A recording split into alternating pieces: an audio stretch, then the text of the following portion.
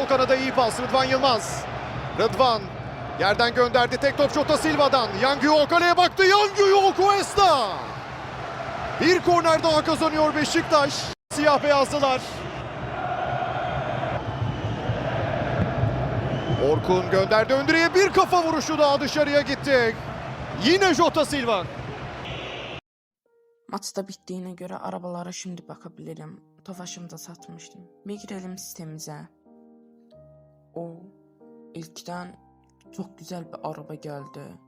Motor da güzel, kendisi de güzel. Bence alsam iyi olur, sorun yoksa. Bir sahibiyle de konuşayım. İyiyse konum isteyeyim, gidip alayım. Evet, konuma geldim. Konum buradaki hamburgerciyi gösteriyor. Evime de yakındı. Gideyim bir arabanın sahibiyle de konuşayım. Evet, araba da orada, sahibi de orada. Güzel arabaydı, benziyor. Sahibi de güzel insana benziyor. Selamünaleyküm abi.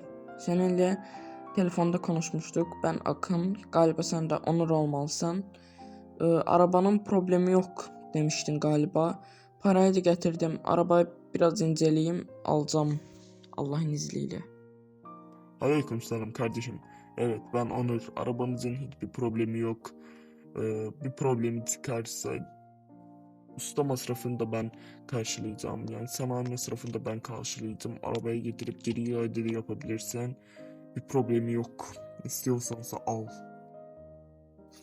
Yeni aracımızı da satın aldığımıza göre bize sürüşüne çıkabiliriz. Bakalım nasıl hızlanıyor. Yani idare eder.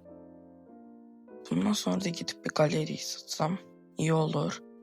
Çünkü galeriyi sattıktan sonra bir toprak yeri alıp kendime yeni bir iş yeri kurabilirim.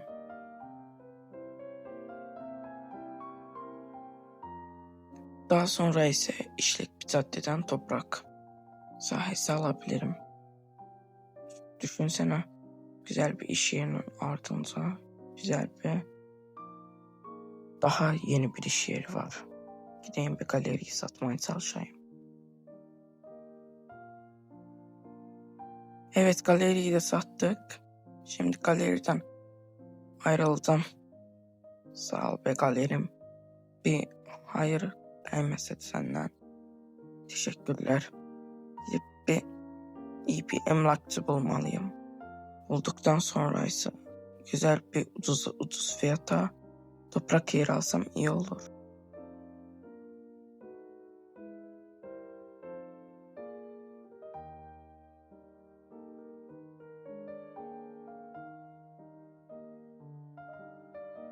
Evet, bir emlakçıyla konuştum. Konum attı.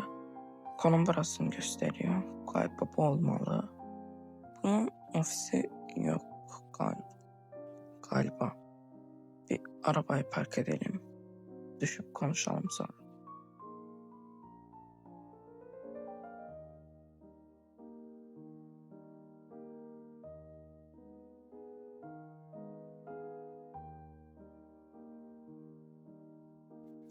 Selamünaleyküm kardeşim. Telefonda konuşmuştuk. Ben Akın.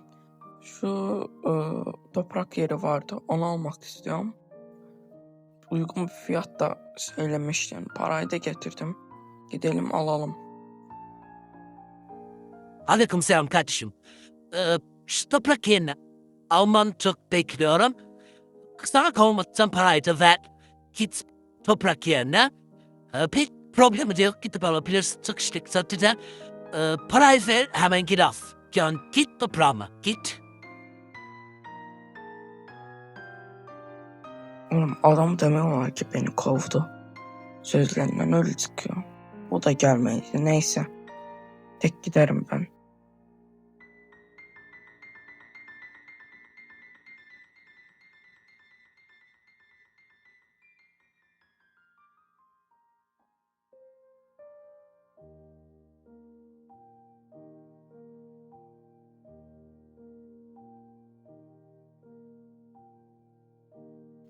Evet, konum burayı gösteriyor. İşlek bir caddede. Hem de evime yakın. Bizim şu sanayiye de yakın. Arabayı modifiye ettirdiğimiz yerde. Güzel bir toprağa benziyor. İnşallah hayrını görebiliriz. Buradan bir 2 katlı bir şeyler yaptırsam, yanına da otopark, çok güzel olacak gerçekten de. Güzel bir hayır alabilirim. Bir dakika. O sesler de ne? O polislerin ne işi var burada?